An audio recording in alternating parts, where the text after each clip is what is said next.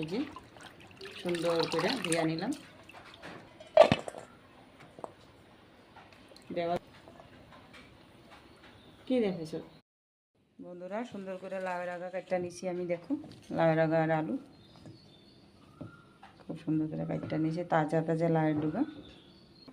এই দিয়ে করে নিছি আমি ডালের বড়া লাল লাল করে। তেলের মধ্যে আমি জিরা ফোড়ন দিছি, এখন দিয়া দিব আমি কিন্তু লাউ ডোগাগুলি দিয়া এটার মধ্যে আলু টমেটো সব কিছু দিছি, লবণ হলদি কাঁচা লঙ্কা একটা দিয়ে দিছি। এখন আমি একটা দিয়ে দেবো, মশলা কিছু দিব না। মশলা দিলে সব রান্নাতে মশলা থাকে না, ডালে বড়া দিয়ে তো রান্না করেন তাই মশলা দেবো না বেশি।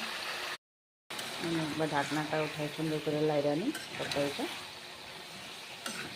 আর তোমরা বন্ধুরা কে কে ভালো পাও এইভাবে রান্না করে লাউয়ের ডোগা ডালের বড়া দিয়ে একটু কমেন্ট করে জানাইবা, কারণ এই টাইপের রান্নাটা তো খুবই ভালো লাগে খাইতে। ডালের বড়াগুলো দিয়ে দিই।